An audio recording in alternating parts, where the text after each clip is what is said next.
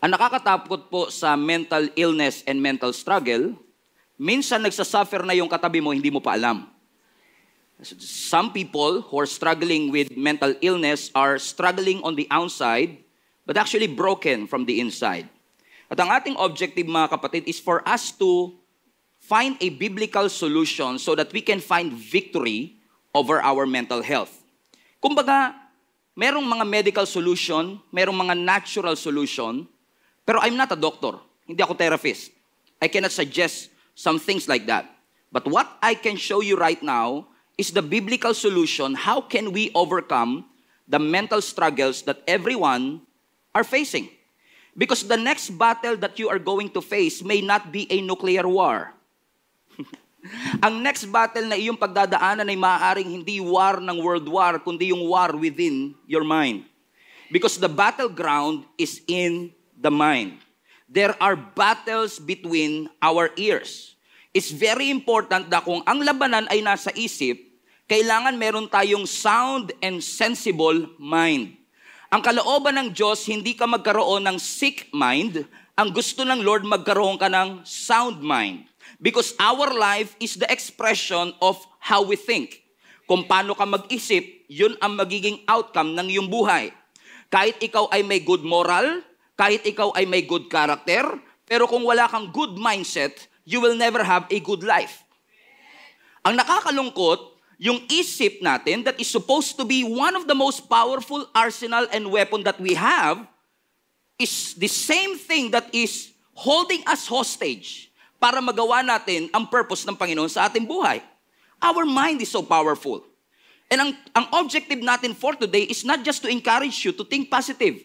Thinking positive will not transform your life. It will improve your life, but I believe that the best way for us to transform our life is to transform our mind. Everybody say mindset. Importante ito, mga kapatid, that even the mindset of our church and the mindset of the churches in the body of Christ, na magkaroon tayo ng tamang perspektibo how to deal and how to face this enormous battle that the body of Christ are facing. Bakit, mga kapatid? Because ang daming tao ang nagsasuffer ngayon. Maraming tao ang nagsasuffer mentally. Many Christians are suffering mentally. And you will be surprised that even pastors, leaders, church members are suffering from within.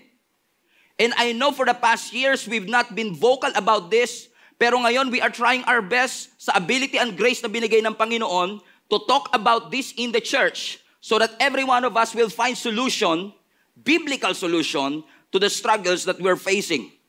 Ang nakakapanatag ng loob naman is that even our biblical heroes have faced mental struggle. Si David dumanas nito, si Elijah dumanas nito, si Jeremiah dumanas nito, si Moses dumanas nito, si Job, si Jonah, si Naomi, lahat na itong mga kilalang biblical heroes have faced mental struggles as well. Bakit natin ito pinag-uusapan? Because ang sabi nga ng survey, depression is the leading cause of suicide nowadays. Depression, extreme sadness, prolonged sadness. And I know at this generation, ang dali nating bitawan yung salitang depressed ako, nalungkot lang ng konti, depressed ako. Pero ang tunay na isang tao na may medical condition of depression, it is a result of prolonged sadness. Yung kalungkutan na hindi matapos-tapos, at ang sabi ng survey, depression ang leading cause ng suicide. At ang nakakalungkot, even Christians are committing suicides. And I've known pastors who have committed suicide. And I almost committed suicide.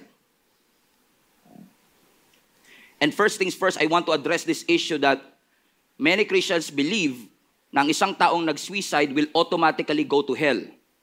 Have you heard of this teaching? The Bible does not support that kind of teaching. Hindi sinabi ng scripture that anybody who committed suicide will go to hell automatically. Why? Because may mga tao that they don't have the ability to decide for themselves. Lalo yung may mga mental sickness talaga, they don't know what they are doing. Amen? Now, let me just say this to you. Suicide is a serious sin. Because I believe that suicide is an insult to the creation of the Lord.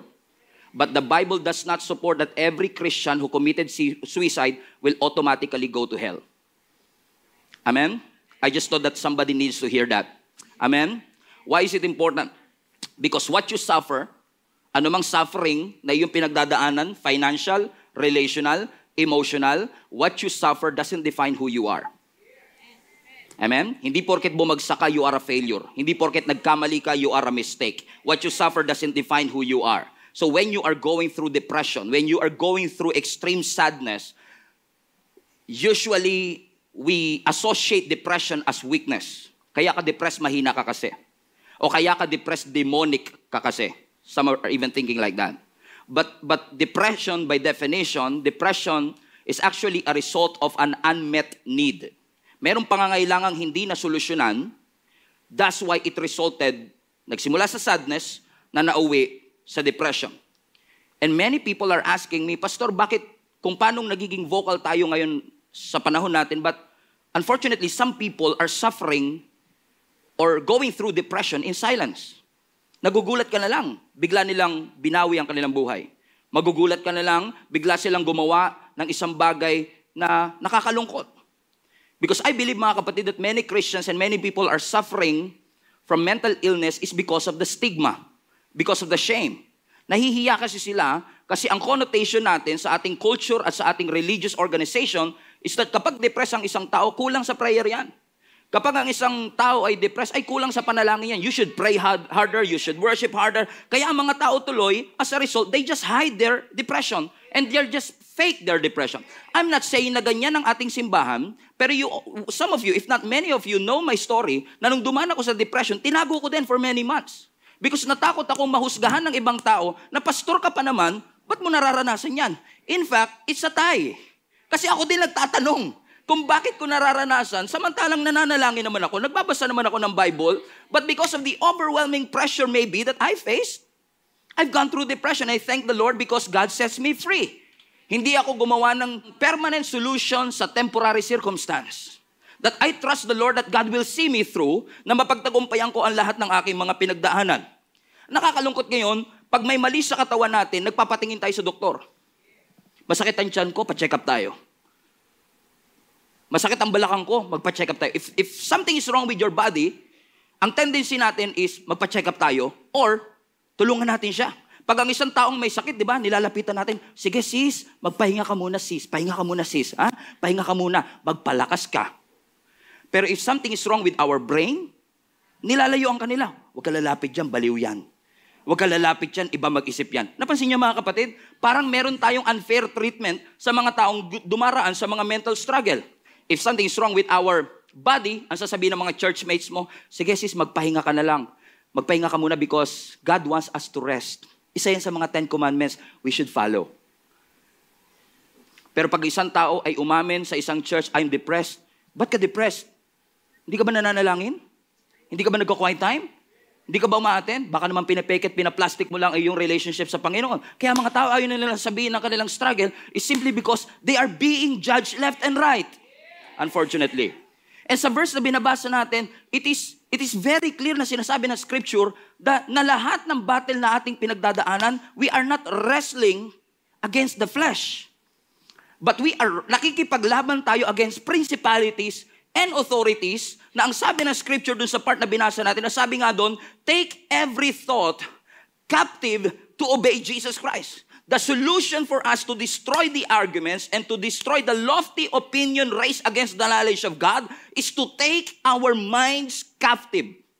Ibig sabihin, kung ang ating isip ay inalipin ng depression, baliktarin natin.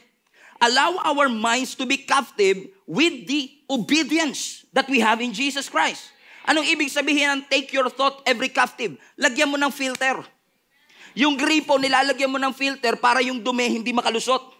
Ganon din sa ating kaisipan because we cannot control what we see, but we can control our second look. We cannot control what comes into our mind. We cannot control what comes into our mind, but we can control what stays in our mind. Take every thought captive. Ibig sabihin, filter your mind. Filter the input. Ano man pumapasok, i-filter mo muna. Challenge that mindset. Huwag mo kagad entertainin. Sa bahay nga, pag may kumakatok sa pinto nyo, ang tanong nyo, sino yan? Pero minsan sa isip natin, pag may kumatok, pinapapasok mo agad, pinagmemerienda mo agad, pinataba mo pa. Tapos ngayon, nahihirapan kang paalisin kasi nasanay na siya doon. Ano ang sabi ng scripture? Take every thought captive. I-trap mo. I-regulate mo. I-control mo. I-seize mo. Ang sabi rin ni Apostle Paul sa Ephesians chapter 5, don't think thoughtlessly. Huwag kang mag-isip na parang hindi ka nag-iisip. If you know what I mean, nangyayari ba yun sa inyo minsan? Na may mga ginagawa tayo sa buhay natin that we don't think it through. May mga pinopost tayo sa social media na hindi natin napag-isipan. And because of that, ang naging consequences sometimes is that it's robbing you of your peace. Sometimes hindi mo mafi-filter, hindi mo makokontrol ang sinasabi ng kaaway sa'yo. Because if you are struggling, mas maingay si Satan kaysa sa Diyos minsan. Mas madalas natin siyang marinig. Mahina ka. Makasalanan ka. O sisimba-simba ka pa dyan sa Jesus is alive na yan. Makasalanan ka naman. Magstay ka na lang sa bahay. Para at least kung mapunta ka man sa impyerno, nakapag-aircon ka na sa inyo.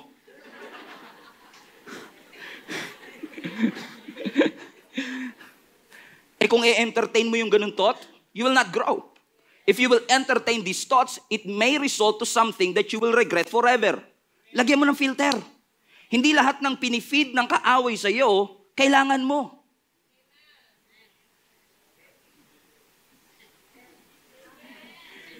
You don't need everything that the devil feeds. Hindi lahat ng pinifeed sa iyo, i-filter mo. Ano ang filter? Kapag sinabi sa iyo ng kaaway mahina ka, no. Ang sabi ng scripture, let the weak say, I am strong. Filter it. Kapag sinabi ng kaaway sa iyo, you are a mistake. No, I am the righteousness of God in Christ. Amen? Ang sasabihin ni Satan sa iyo, kinalimutan ka na ng Diyos mo, hindi ka mahal ng Diyos mo. No, I am loved. I am redeemed. I am forgiven. I am chosen. Not forsaken. I am who God says I am. I am a new creation. I have been set free. I am blameless in the sight of God because as Jesus is, so am I. Sabi mo sa katabi mo, you are redeemed. Sabi mo sa kabilang katabi mo, you are chosen. Not forsaken. Hallelujah. Glory to God. Amen.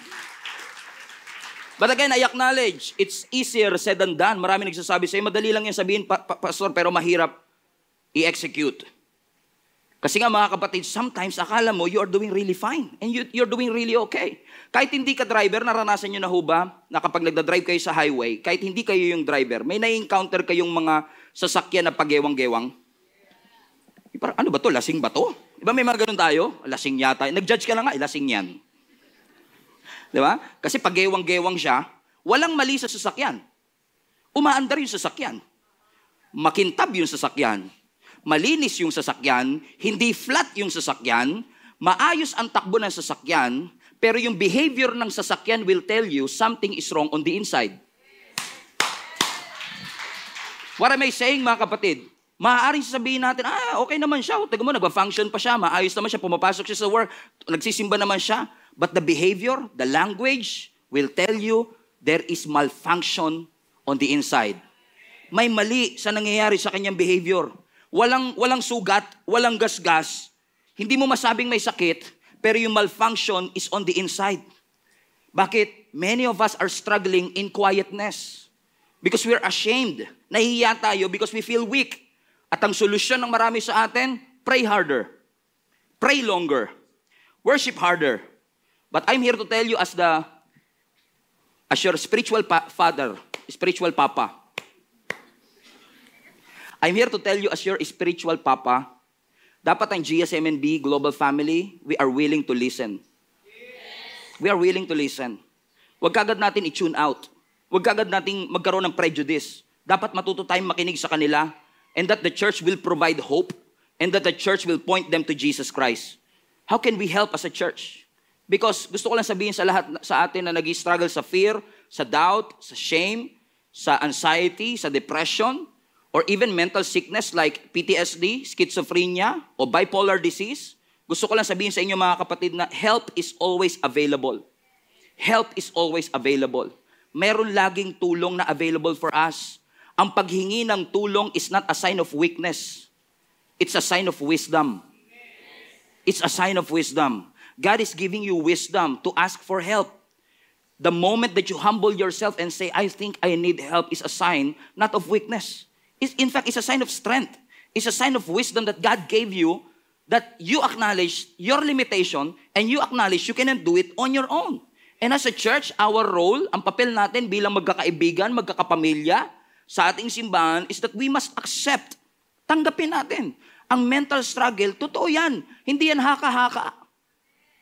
Amen? Hindi yan sinyalis ng kahinaan. Hindi natin pwedeng sabihin, kaya depressed, it's a lack of faith, it's a lack of prayer. It's a real medical condition. And we should accept that reality. Tulungan natin sila to get through this struggle. And I thank you, the global family of this church, because you have helped me go through these mental struggles that I faced many years ago. And I acknowledge na depression could be a result of a spiritual thing, but most of the time, yung maghanap tayo ng treatment, maghanap tayo ng tulong, pumunta tayo sa mga professionals, sa mga doctors, is the most spiritual thing that you could do.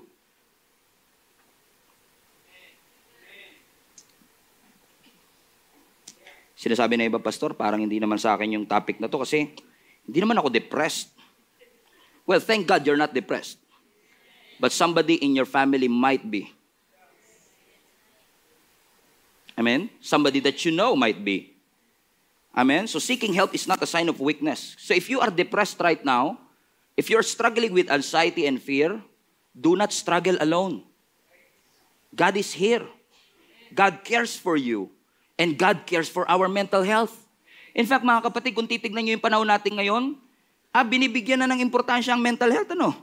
Parang nagiging topic na siya sa balita. Ang simbahan, dinidil na rin ang mental issues. Pero gusto ko lang sabihin sa inyo, bago pa ito maging cultural topic, nagmalasakit na ang Diyos sa lagay ng ating mental state. Because God already knew that the battle that we're facing is through our mind. I just want to encourage somebody today that tomorrow doesn't have to be a repeat of yesterday. Let me repeat. Tomorrow doesn't have to be a repeat of yesterday. Hindi porket nangyari sa'yo kahapon, kailangan mangyari pa rin kinabukasan. You can change your life. You can change the direction of your life by changing the way you think. Isa sa pinaka-famous illustration and famous Bible character that faced depression and suicidal thought is Elijah himself. Si Elijah, mga kapatid, after the victory in Mount Carmel, just hours after the victory. Take note of this. Just hours after victory. Ibig sabihin, naranasan niya yung isa sa pinakamatagumpay na pangyayari sa kanyang buhay, and yet, few hours later, he wants to die. Look at that change of... Amen. Ako lang nakaka-appreciate, okay? Sa akin lang interesting, okay? Alam mo yun, na-realize ko hindi lahat ng interesting sa akin, interesting sa inyo, so I have to adjust sometimes kasi yung mga interesting sa inyo, hindi rin sa akin. So, I acknowledge, okay? But, ang sabi ng scripture, after pinabagsak ni Elijah yung 450 prophets ni Baal, nagalit yung queen, na si Jezebel. Ano sabi ni Queen Jezebel? Aba, pinabagsak mo yung 450 prophets namin? Mag-ingat ka because within 24 hours, gagawin ko sa iyo yung ginawa mo sa kanila. So may death threat. Let's follow the story in 1 Kings 19. So now Ahab told Jezebel everything Elijah had done and how he had killed all the prophets with a sword.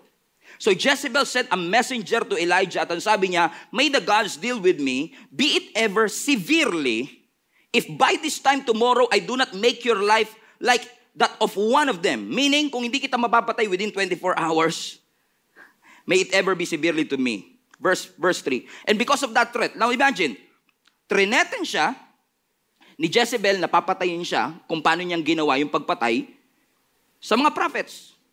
At pwede sabihin ni Elijah, teka lang, hindi mo yata napanood sa YouTube. Viral ngayon sa TikTok. Mga social pala, TikTok pala sila dyan. TikTok. Hindi pala TikTok. Tayo TikTok no? TikTok. Okay? Hindi mo ba napanood sa TikTok? Viral Yung 450 prophets were dead. Tapos ako, detreten mo. Kung kaya kong gawin yung sa 450 prophets, kaya ko yung gawin sa'yo. But instead na magkaroon siya ng confidence with his past victory. Kasi minsan tayo, nakareceive na tayo ng victory, nakareceive na tayo ng healing, nakareceive na tayo ng breakthrough in the past. Minsan nakakalimutan natin na kung ginawa ng Panginoon noon, kaya niya pa rin gawin ngayon. Nag-amen kayo, pero ibig ko sabihin, nakakalimutan nyo nga. Ang lakas pa ng amen eh. Di ba? Agree naman tayo, di ba? Kaya ang miracle minsan naghahatid ng amnesia.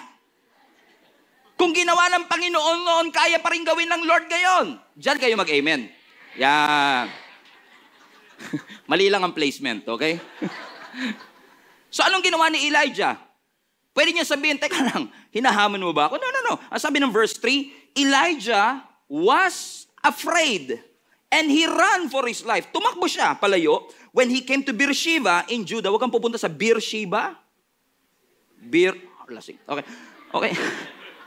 When he came to Beersheba in Judah, he left his servant there while, verse 4, he himself went on a day's journey into the wilderness. From mountain to wilderness.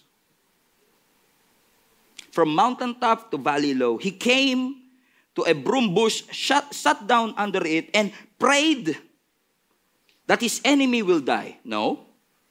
He prayed that he might die.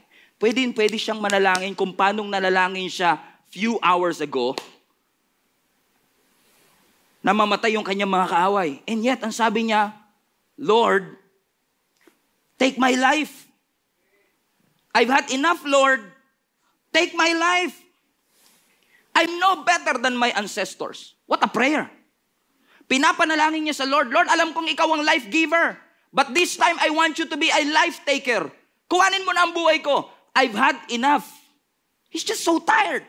Ano sabi niya? Suko na ako. Wala na akong nakikitang pag-asa. This threat is my end. Lord, take my life. I'm no better than my ancestors. Verse 5. Then he lay down under the bush and fell asleep. Nararanasan niyo minsan yon? Yung pagkatapos niyong umiyak, nakatulog kayo?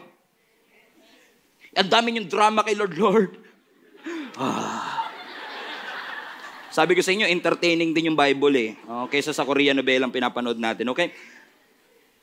So he was asleep. And all at once, the Bible says, all at once, immediately, the Bible says, immediately an angel touched him and said, get up and eat.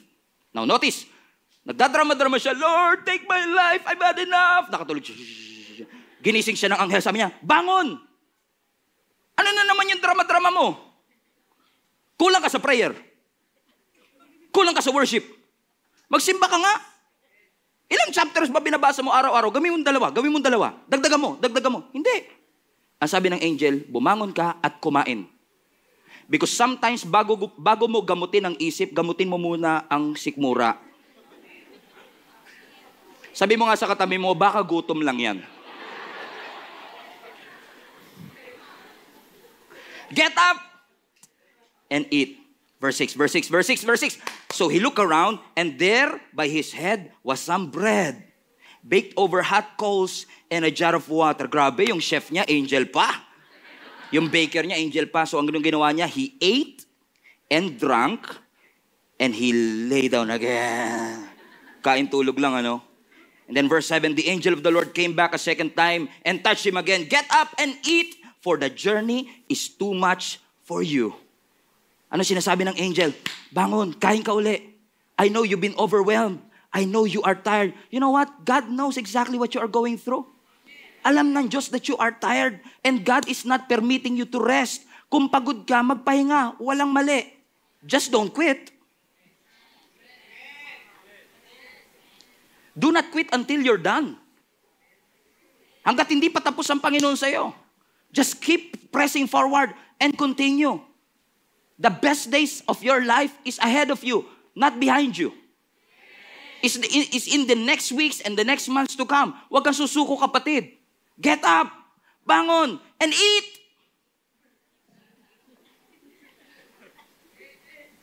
So verse 8. So he got up for the second time and ate and drank, strengthened by that food. And then he traveled 40 days and 40 nights until he reached Horeb, the mountain of God, and there he went into the cave and spent the night. Watch this. Because of the food, he was strengthened.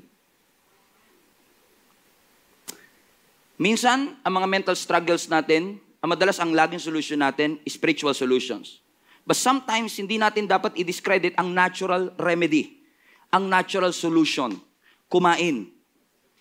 Because you know what, when I've gone through this, napanalangin ko rin yung sinasabi ni Elijah, Lord, I've had enough. Take my life. Pagod na po ako. Suko na po ako. Gusto ko na pong bawiin ang aking buhay. Lord, kunin mo na ako. Pero alam nyo, na-realize ko years after that, nung napagtagumpayan ko na, tinatanong ko sa sarili ko, nung time na yon na sinasabi kong gusto ko nang bawiin ng Lord ang buhay ko, gusto ko na ba talagang mamatay at that time? You know what? Na-realize ko, hindi ko talaga gusto mamatay. Ang gusto ko lang, mawala yung sakit na nararamdaman ko. And God knows it exactly. Alam ng Diyos na hindi patapos ang purpose niya sa buhay mo. Amen. Nasabi ni Elijah, Lord, take my life. Sabi na Lord, okay. Okay, boom. Sino sa inyo nagpapasalamat, hindi lahat ng prayer nyo tinutupad ng Lord? Amen? Bakit? Amen? Because sometimes merong mga natural remedy. May mga natural things na binibigay ng Lord as a solution for us. Amen? Minsan gagamit ang Lord ng doktor for you to get well. Kung magre-reseta sila ng mental health medicines, take it. Kung may magre-reseta sila ng antidepressants, take it. Kasi hindi natin maiaalis ang katotohanan, mga kapatid, na may mga mental illness na hindi demonic attack at hindi spiritual attack. May mga mental illness talaga not because of chemical imbalance. At para mabalance yung imbalance, kailangan ng medication. So kung niresetahan ka ng doktor na mag-medicate ka, mag-medicate ka. Lalo yung mga sakit na schizophrenia, yung mga hallucination, they lose touch of reality. Talagang matagalan ang proseso niyan. Amen? So may mga natural solution. But we have to understand as well na oo, ginagamit ng Lord ang doktor, pero si Lord pa rin ang great physician. Na hindi lang tayo nakadepende sa doktor o sa gamot, kundi nakadepende tayo sa authority at kapangyarihan ng ating Panginoon. Amen. And sometimes kailangan mo lang better friends, better sleep, better schedule. Start with your stomach before you deal with your brain. Sometimes you start with your sleep. Mas mahabang tulog para mas mahabang buhay. O kaya naman magpa-araw ng konti. Baka naman 3 taon ka nang hindi naaarawan. Dahil sa takot mong mangitim. Nasa bahay ka na nga lang, nagsa-sunblock ka pa, SPF 70. Alam nyo yung kawalan ng exposure natin sa vitamin D o sa araw, sabi ng mga doktor to. Diba? It can impact your mood. Yung serotonin will help you, mga kapatid. Hindi ko sinasabing ito lang ang solusyon, pero ang sinasabi ko lang, katulad ng dinil ng Panginoon kay Elijah, inuna niya sa physical solution, sa natural remedy. But we cannot deny the fact na merong spiritual solution. Ano ang spiritual solution? Ephesians chapter 6 verse 12. For we do not wrestle against flesh and blood, but against rulers, against authority, against cosmic powers over this present darkness, against the spiritual forces of evil in the heavenly places. What am I saying, mga kapatid? You have to accept also the reality na oo, may natural solution, may mga natural factors kung bakit tayo dumadanas ng takot, ng doubts, ng fear, ng shame, ng anxiety, or ng depression. Pero kailangan mo ring ma-realize na ginagawa ni Satan ang lahat para wasakin ang iyong sanity at mawala ka sa katinuan upang hindi ka magkaroon ng sound mind and sensible judgment. Let me just say this to you. This is war. Nasa gera tayo ng pakikipaglaban sa ating kapayapaan. Let me repeat. We are on a war. Kailangan tayong makipaglaban upang yung ating kapayapaan ay ma-regain natin. Fight for your peace. Reclaim your authority. Regain your authority. Iparedeem natin sa Panginoon yung bagay na talagang sa atin na at binigay na ng Panginoon sa atin. We have to challenge our mindset and think about what we are thinking about and mind our mind so that we can have this victory that God already bled and died for para sa bawat isa sa atin. Hallelujah. Because what we think will determine how you live. Napakahalaga po ng takbo ng ating isipan. Napakahalaga na meron ka pa rin pag-asa na may magagawa pa rin ang Panginoon sa kabila ng anumang sitwasyon. Huwag kang mawawala ng pag-asa. Hindi lahat ng pumapasok sa isip mo kailangan mong isipin. You can choose your thoughts. What a good news. What a good news. Wow, I can choose my thoughts. Pwede kong isipin kung ano yung mamamalagi sa aking kaisipan. I will regain the authority na binigay ng Panginoon sa aking isip. Pinapasok ko sila pero may authority kang palabasin din sila. It's yours. Sometimes it's a process to regain it, but it's yours. Hindi ba magandang balita yon? It's a good news. It's yours. At dahil sa iyo siya, may authority ka para palayasin yon. Amen. Huwag mong sukuan kahit mahaba ang proseso. Huwag mong sukuan kahit it will take months and years. Amen. You have to have a made up mind na hindi ako susuko hanggat hindi ko nare-regain yung authority na ibinigay ng Panginoon para sa akin. Bakit? Namatay si Kristo. Naghirap si Kristo para maranasan natin yung buhay na pinagbayaran niya para sa atin. At dahil si Jesus Christ ay muling nabuhay, we have an assurance, we have a receipt na anumang bagay na ibinigay ng Lord, pwede mong maranasan sa iyong buhay.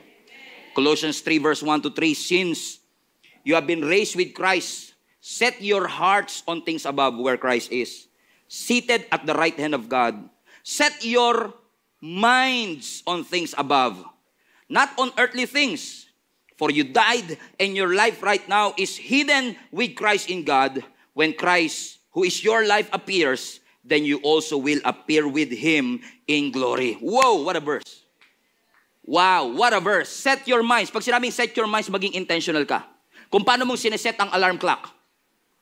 Kasi hindi kusang tutunog ang alarm clock at gigisingin ka. You have to set it. You have to make a decision. You have to be very intentional. The same thing with your mind. Hindi siya automatic na mag-iisip ng positive for you. You have to set your minds on things above. Ano sinasabi ni Apostle Paul? Kailangan mamatay. Whatever belongs to your earthly nature. Ano mang bagay na belong sa iyong laman at flesh, kailangan siya mamatay so that what is spiritual and eternal will conquer it. Set your minds on things above, not on earthly things. Napansin niyo mga kapatid, grabe yung gustong gawin ng Panginoon sa atin. Because sometimes mga kapatid, ang simbahan nakafocus na tayo sa behavior modification, external modification. Pero pansinin niyo ang gospel. Ang gospel, ang main thrust ng gospel is not to change your outside, your external, your behavior. He wants to transform your minds and He wants to transform your heart. Ang business ng gospel is heart transformation. Ako lang masaya doon. Hallelujah! Because Jesus came not just to fix what is external, but to fix what is internal. We all need the grace of God for us to experience the victory in our lives. Lagi natin kinakanta ang victory. Gumawa pa tayo ng tula about victory. Gumawa tayo ng kanta about victory. We sing about victory. Pero marami sa atin, we never experience victory. Naman tanong, matagumpay na ba tayo? Yes. Ba't di natin nararanasan? We have to come to the Lord and say, Lord, I want to experience the victory that you have bled and died for. Para sa akin. I need your grace. I cannot do it on my own. I need your grace. Because the absence of God's grace is the absence of victory. Without grace, you will never experience victory. Amen? Amen? Amen? Set your minds on things above. On the natural, ang gugustuhin niya is bagay na earthly, temporal. But you can change that. You can control it and say, don't think about such things. Think about what is true, what is honorable, what is trustworthy. Think about such things. Ang isipin mo, yung bagay na eternal. Mahalin mo ang Diyos. Pwede mo utusan ang isip mo. You can command that. You have the authority. Ano sabi ng Matthew 22? Love the Lord with all your mind. Mahalin mo ang Diyos ng buong kaisipan. Paano mo mamahalin? Kung alipin. Paano mo mamahalin ang Diyos kung alipin ang iyong kaisipan ng kaaway? That's why today, naniniwala ako, God will set you free. So before we press on, as we close this, let me just ask you a question. How are you feeling? Kamusta ka? No, really. Sagot kayo. Because nasanay tayo na yung kamusta ka, naging rhetorical question. Pansinin nyo, kamusta ka? Tapos lilipat ka na kagad. Ikaw, kamusta ka? Oh, ikaw, kamusta ka? Hindi mo na pinasagot eh. Tinanong mo lang pero hindi mo pinasagot. Di ba? So nasanay na tayo na gano'n. Kaya pag tinatanong tayong kamusta ka, naging rhetorical question na siya. So my question to you right now is this. How are you? How are you feeling? Are you emotionally tired? Emotionally drained? Burned out or tired? Ano nakikita ko ngayon, some of you are trying really hard na makinig. Pero talagang inaanto kayo. Kasi pagod ka talaga eh. And thank you for trying. But some of you are really tired. Marami sa atin talaga pagod eh. Marami sa atin burnout. You are tired dahil sa paulit-ulit na financial struggle na ilang taon nyo nang pinagdadaanan. Some of you are really tired mga kapatid dahil sa mga anak mo hindi ka na makatulog ng maayos. Some of you are really, really tired. No? Nung bata pa sila, hindi ka na makatulog. Ngayon, hindi ka pa rin pinapatulog nung nagbimbinat at dalaga na sila kasi hindi sila umuwi ng tama. 2:00 na, nasa labas pa rin. Uwi ba yan ang matinong dalaga?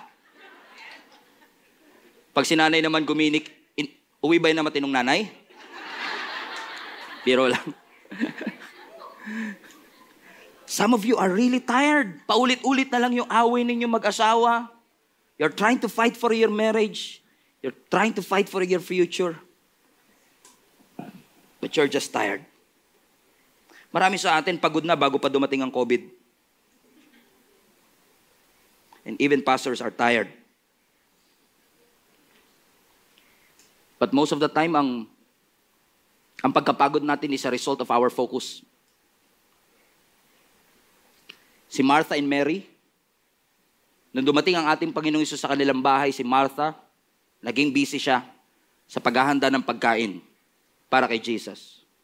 Si Mary, nakaupo at nakikinig sa ating Panginoong Hesus. Sabi ni Martha, Lord, hindi mo ba papagalitan yung kapatid ko? May mga ganyan ba kayong mga kapatid? Yung nananahimik ka, tapos sabihin, Nayo, nanonood lang siya. Ako kanina pa. Hello, Martha. Okay? Sabi ni Martha, hindi niyo po ba sasawihin si Mary? Hindi niyo po ba siya pwedeng utusan na tulungan ako? Ang sabi ni Lord sa kanya, Martha, Martha, you are worried and troubled about so many things. But one thing is necessary. And Mary chose what is necessary. Ano sinasabi ni Jesus? Listening to me is more important than food preparation. Pero napansin niyo ba? Hindi ni-rebuke ni Jesus yung kanyang ginagawa at yung kanyang business. Hindi ni-rebuke ni Jesus yung kanyang external na ginagawa. No. Ang sabi ni Jesus, you are troubled internal and worried about many things. That what is happening on the outside is a reflection of what's really happening on the inside. You're troubled. You are worried. You are tired about everything. Hindi yan ang kalooban ng Lord sa'yo. Gusto ng Lord na ikaw ay maging malaya. Gusto ng Panginoon na ikaw ay magkaroon ng sound mind, hindi foolish mind, hindi sick mind, hindi weak mind, kundi sound mind. And even Apostle John said in 3 John chapter 2, Dear friends, mga kaibigan, I hope all is well with you, that you are as healthy in body as you are strong in the spirit. Everybody say, all is well. Ang all is well, mga kapatid, ay galing sa Greek word ng 3 idiots. Okay. All is well. Okay. Ang all is well is from the Greek word whole. Buo. Ang ibig sabihin, nothing broken, nothing missing. Ano sinasabi doon? Kung yun ang definition ng all is well, ano sinasabi ni Apostle John? Dear friends, GSMNB Global Family, I hope nothing is broken and nothing is missing in your life. That you are as healthy in your body as you are strong in your spirit. Kung ikaw ay natrap sa iyong self-destructive pattern, God wants you to be whole. Gusto ng Lord na lumaya ka, kapatid. Baguhin mo ang takbo at direksyon ng iyong kaisipan. Elevate the way you think about yourself. Amen. Huwag mo masyadong ibit ang iyong sarili. Huwag masyadong maliit ang tingin mo sa iyong sarili. Elevate the way you think about yourself. You have the power to choose. about the outcome of your life. And today, I believe ang kalooban ng Panginoon is for us to experience a sound mind and a restored soul. Na i-restore ng Panginoon ang ating kaisipan. Na hindi tayo mag-focus sa mga bagay that worries us, that troubles us. Ang sabi ng ating Panginoong Yesus, don't let your hearts be troubled. Don't allow it to be afraid. Because Jesus already overcame the world. Nagtagumpay na ang Panginoon. Huwag mong hayaan na manatili ka sa pagkatalo at pagkabagsak. You have the power to choose. You have to reclaim and regain your authority. Fight for your peace. The battle between your ears is the battle that there is an assurance that you can overcome. Yan yung isa sa mga battle na pagdadaanan mo na sigurado ka nang magtatagumpay if you will just choose to fight. Possess your possession and reclaim what is yours. The Lord is my shepherd. I shall not want. He makes me lie down in green pastures. He leads me beside still waters. He restores my soul.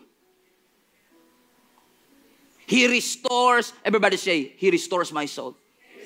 When the Lord is your shepherd, you will not lack. You will not lack healing. You will not lack of anything. Amen? He makes me lie down. He makes me rest. He makes me lie down. Kasi minsan pag ayaw mo magpahinga, God will make you lie down. Gusto niyo pa po bang i-make you kayo ni Lord? He make you lie down in green pastures. He leads you beside still waters. He restores my soul. And then, He leads me into the paths of righteousness for His name's sake. So in order for us to walk in the righteousness, we have to have a restored soul first. Pag restore ang kaluluwa, you will walk in the paths of righteousness for His name's sake. Wow! Wow! Thank you, Jesus. Thank you, Jesus. Kung kilala niyo po yung katabi niyo, sabi mo sa kanya, I pray that all is well with you. Nothing missing, nothing broken. Reclaim the authority. Ang sabi ni Jesus Christ, Luke 10, I have given you authority to trample on snakes and scorpions. Kaya alam niyo, ibang churches, naglalabas talaga sila ng ahas sa service nila. Kasi they believe that this is a literal translation that you can trample on snake. May mga nakilala nga ako, nakita ko pa sa nabalitaan ko na talaga nakagat, namatay pa. Because they take this literally, that you can trample on snakes and scorpions. But God is talking about figuratively. That whatever is trying to kill you, you have the authority to overcome. Amen? Amen? I have given you. Hallelujah. Good news ba mga kapatid na ang Diyos natin ay may kakayanan at dominion laban sa mga kaaway? Pero good news that God has given it to you. Binigay sa iyo yung same authority to trample on snakes and scorpion and to overcome, not to be defeated, to overcome all the powers of the enemy. Nothing will harm you. Nothing. All authority. Even Jesus said, all authority of heaven and on earth was given to me. All. Everybody say all. So kung na kay Jesus ang lahat ng authority, may authority pa ba si Satan? Ba't mo binibigyan? Huwag mong bigyan. Pag nagsalita siya, shut up. Shut up. Hindi yung asawa mo ha, Satan. Si Satan. Minsan nakapagkamalan mo, may similarities, pero